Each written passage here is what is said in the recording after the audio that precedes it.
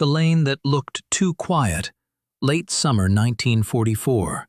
Normandy doesn't announce danger with dramatic silhouettes. It hides it in vegetation and geometry. A replacement Sherman crew moves in the wake of the breakout, pushed by schedule and necessity more than confidence. The countryside is deceptively pastoral, hedgerows thick as walls, sunken lanes that swallow engine noise, orchards and small fields that fracture visibility into short, brutal segments. Everything about the terrain encourages misreading, empty ground that is not empty, silence that is not safety. The unit's problem is simple and relentless. Roads and lanes must open, traffic must flow, momentum must not stall. That operational pressure is the true background music. Supply lines behind them, infantry depending on armor to blunt sudden resistance, commanders measuring success in minutes and crossroads. The crew is new enough that even competence feels borrowed. A checklist voice in the head, rehearsed motions, the hope that procedures will stand in for experience. Then the lane, too straight, too tidy, too inviting. A bend ahead offers the enemy exactly what hedgerow country is made for: close range, controlled angles, ambush distances where a single shot can decide the day. The rookie, already struggling with the sensory overload of turret life, heat, vibration, the claustrophobia of steel, tries to read fragments through limited optics. He notices what he can't quite name. Hedges trimmed in a way that suggests lines of fire, earth disturbed where no friendly traffic should have churned it, a gap that looks like a passage but feels like a funnel. When contact snaps in, an impact, a crack, dust sifting inside the fighting compartment, the rookie's body betrays him. Not cowardice, but the oldest reflex.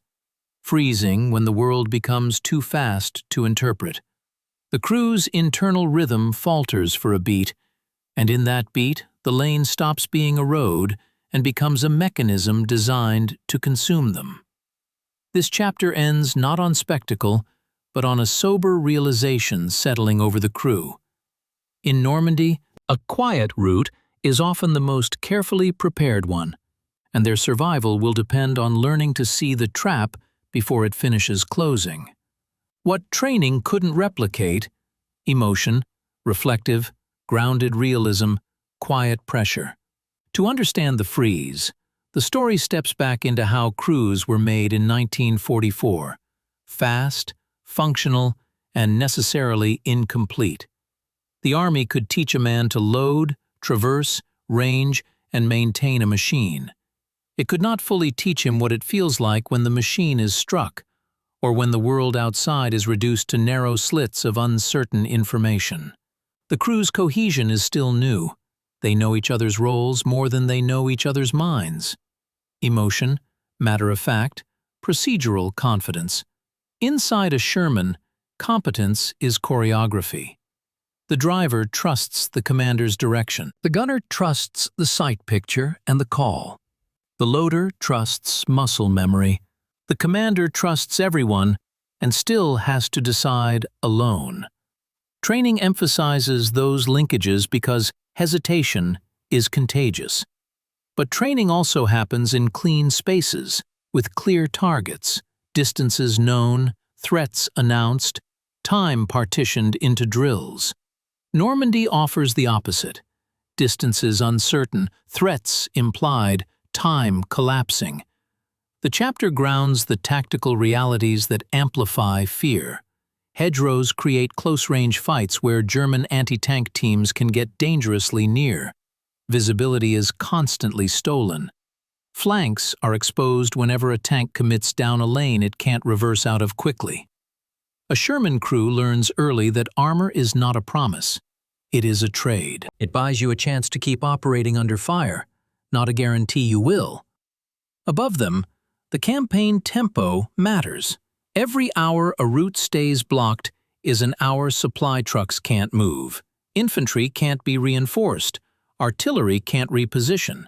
That pressure leaks into crew decisions. When they roll back into the lane in the narrative, it's not because anyone is careless, it's because the larger machine demands movement.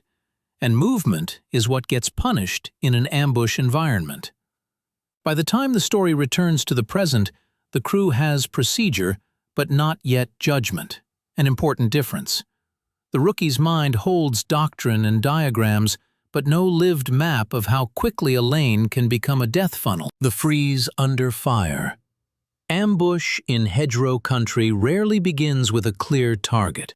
It begins with an interruption, an impact that sounds wrong, a sharp metallic report, the vehicle shuddering as if it has been grabbed.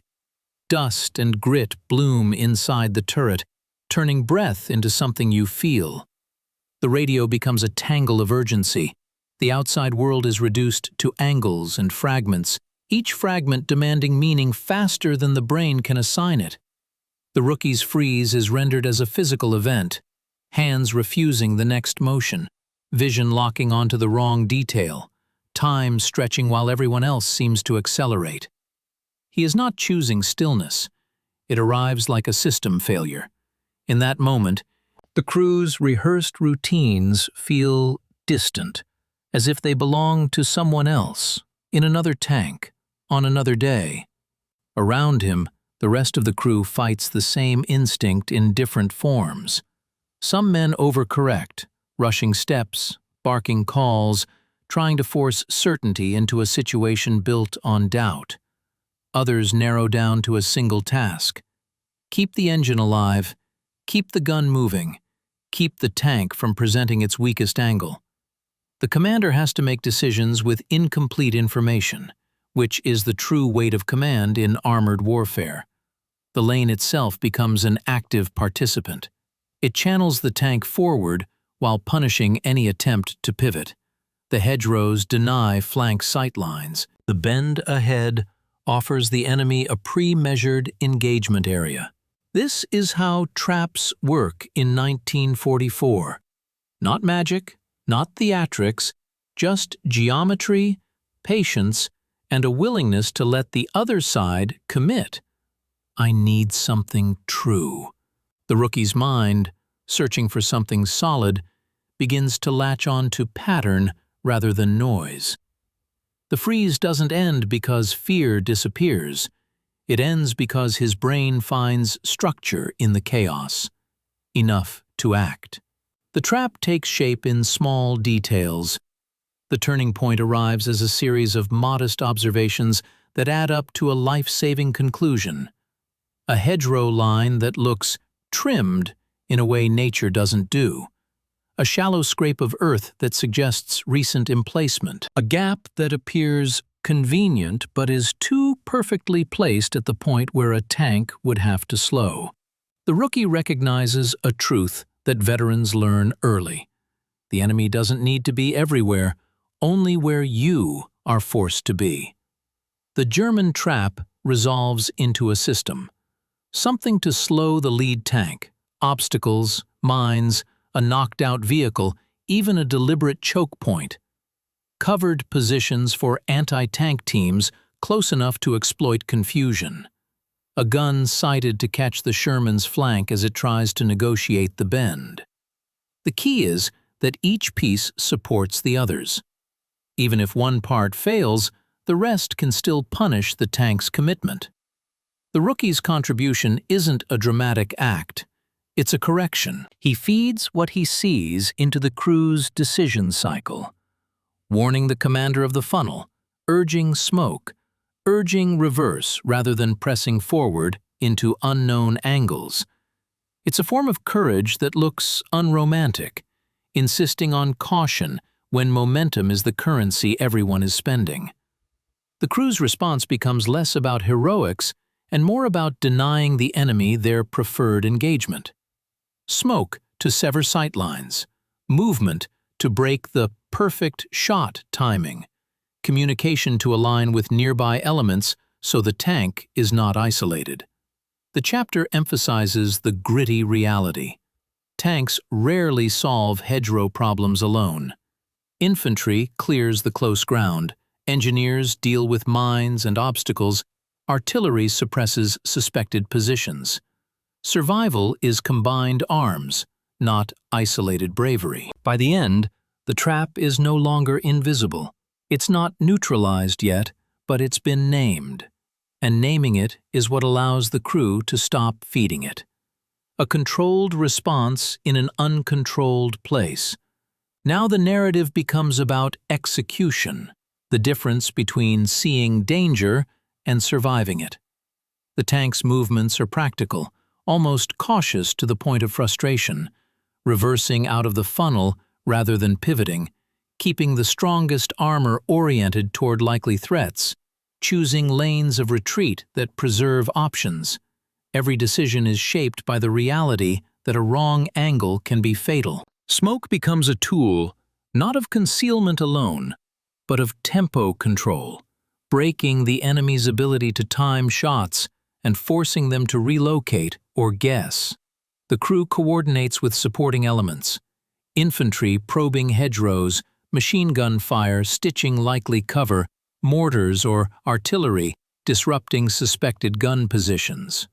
The Germans, relying on ambush doctrine and prepared fields of fire, are at their best when the Allies behave predictably. The crew's goal is to become unpredictable without becoming reckless. The chapter leans into how exhausting this is. Fighting blind is mentally expensive. Keeping composure inside a struck vehicle is expensive. Every sense is overtaxed. Hearing drowned by engine and impacts, vision limited, communication clipped, judgment constantly second-guessed. The rookie's earlier freeze becomes a private reference point, proof of how quickly the body can fail and how quickly it must recover. As the crew works through the contact, something subtle changes. Trust starts to become real, not sentimental, not spoken out loud, but operational. Men taking cues from each other without arguing, tasks flowing without panic. The rookie's warning has given him a role beyond new guy. He becomes another set of eyes whose instincts may be worth listening to. The response doesn't end in triumph. It ends in the lane no longer owning them. Space regained, options restored, the enemy denied a clean finish. What the moment changes and what it can't undo. After the engagement, the crew doesn't celebrate. The quiet that returns is not comforting. It's a reminder of how quickly quiet can be weaponized. They take stock of the tank's condition, of their own trembling hands, of how close they came to being another burned-out wreck on a Normandy roadside. War teaches through proximity to loss. The rookie's freeze is reframed with maturity. In armored combat, fear is not evidence of failure. It's an environmental hazard like mud or mechanical breakdown, something to anticipate, mitigate, and manage.